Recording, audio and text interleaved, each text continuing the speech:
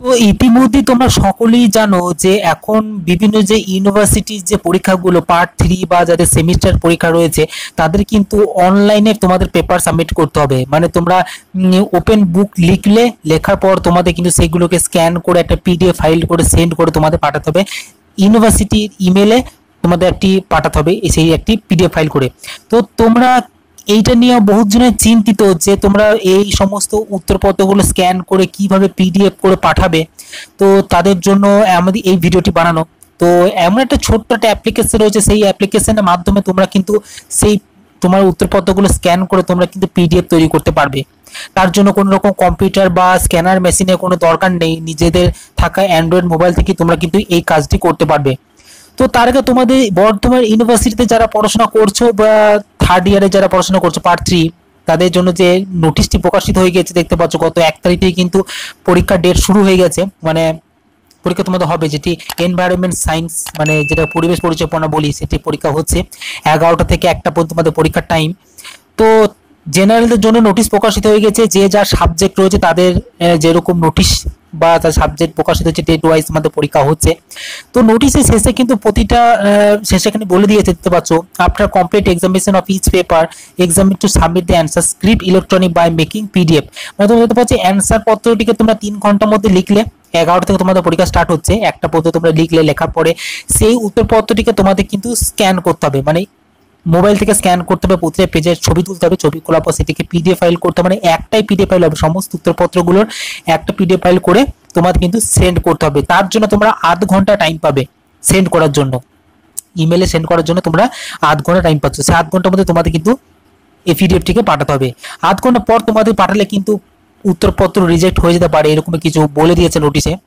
তো চিন্তা করার কোনো কারণ নেই। আজকে এই ভিডিওটি আপনি যদি পুরো স্টেপ বাই স্টেপ দেখেন তাহলে আপনি পুরো স্টেপ বাই স্টেপ বলে দেবো। তাছাড়াও রয়েছে যে বর্ধমান ইউনিভার্সিটির যে ফ্রন্ট পেজটা, মানে তোমরা জাস্ট এক্সাম দিচ্ছ, এক্সামের প্রতিটা সাবজেক্টের যে ফ্রন্ট পেজ রয়েছে সেই ফ্রন্ট পেজটা কিন্তু বেরিয়ে গেছে। সেই ফ্রন্ট পেজ কিন্তু প্রতিটা সাবজেক্টের উত্তরের আগে কিন্তু ওটাকে স্ক্যান করতে, মানে ওইটা থাকবে, তারপর উত্তরপত্র তোমার থাকবে, সেখানে রেজিস্ট্রেশন নাম্বার, রোল নাম্বার, কোন কোর্সের নেম থাকছে।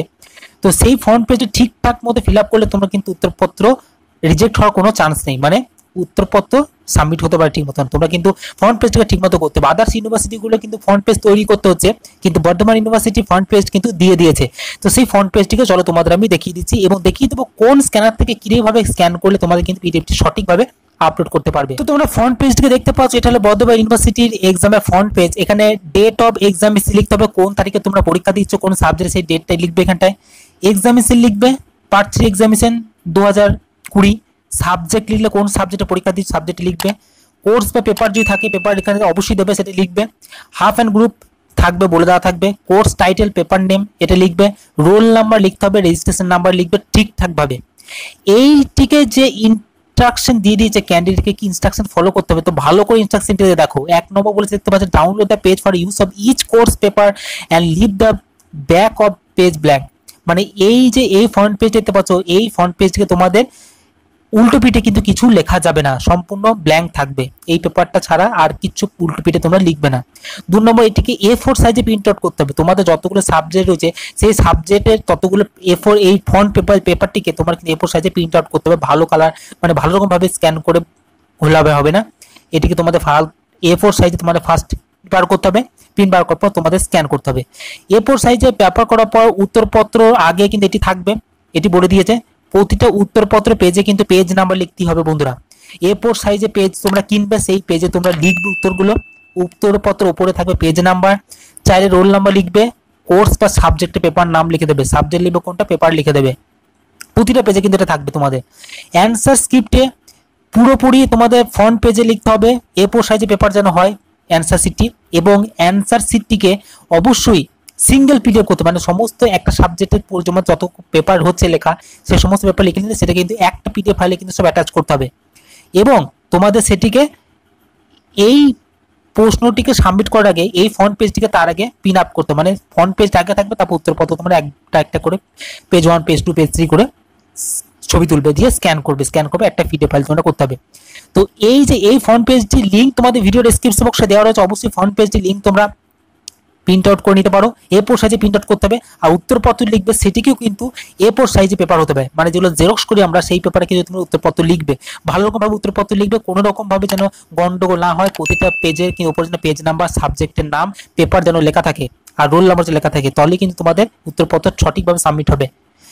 এবার দেখা যাক কোন উত্তরপত্র লেখার পর তোমরা কোন সফটওয়্যার বা কোন অ্যাপ্লিকেশন থেকে তোমরা স্ক্যান করবে, সেটা চলো আমি দেখিয়ে দিচ্ছি। আমরা চলে যাব সরাসরি প্লে স্টোরের মধ্যে। প্লে স্টোর এখানে ওপেন করার পর আপনাদের এই সার্চ বারে আপনাকে সার্চ করতে হবে কুইক স্ক্যানার লিখে। তো আমি এখানে কুইক স্ক্যানার লিখে সার্চ করলাম। সার্চ করার পরে দেখবেন এই যে এই নিচেতে এই অপশনটাতে আপনাদের ক্লিক করতে হবে, মানে এই স্ক্যানার উপর ক্লিক করবেন। অলরেডি আমার এখানে ইনস্টল করা রয়েছে, আপনারা সুবিধার্থে ভিডিও ডেসক্রিপশনে এই অ্যাপটির লিঙ্ক আমি আপনাদের দিয়ে দিচ্ছি, ডাইরেক্ট এখানে ক্লিক করে আপনারা ইনস্টল করে নিতে পারেন। তো আমি এখান থেকে সরাসরি এটিকে ওপেন করে নেবো। আমি এখান থেকে ওপেন করে নিচ্ছি। ওপেনে ক্লিক করার পরে আপনাদের সামনে এরকম ইন্টারফেস আসবে, একটা পারমিশন চাইবে, পারমিশন অ্যালাউ করবেন, আর একবার পারমিশন অ্যালাউ করবেন।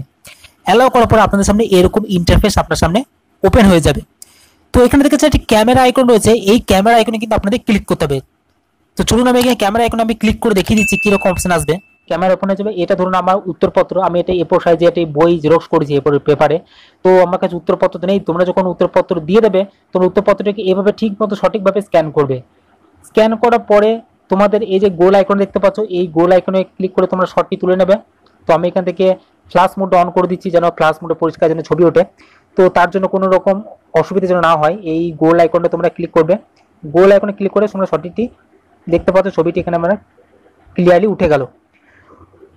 উঠে যাওয়ার পর তোমরা দেখতে পাচ্ছ এখানে দেখতে পাচ্ছ সঠিকভাবে এরা তোমরা চারিদিকটা ক্রপ করে নেবে। তোমরা যদি বিছানা উপর বা কোনো জায়গায় রেখো সেগুলো বাদ দিয়ে বাদ দেওয়ার পর এখান থেকে টোটাল সঠিকভাবে ক্রপ হয়ে গিয়েছে, বা যদি একটু মনে হয় একটু সাইড নেওয়ার দরকার রয়েছে তোমরা এবার চাইলে অ্যাডজাস্ট করতে পারো।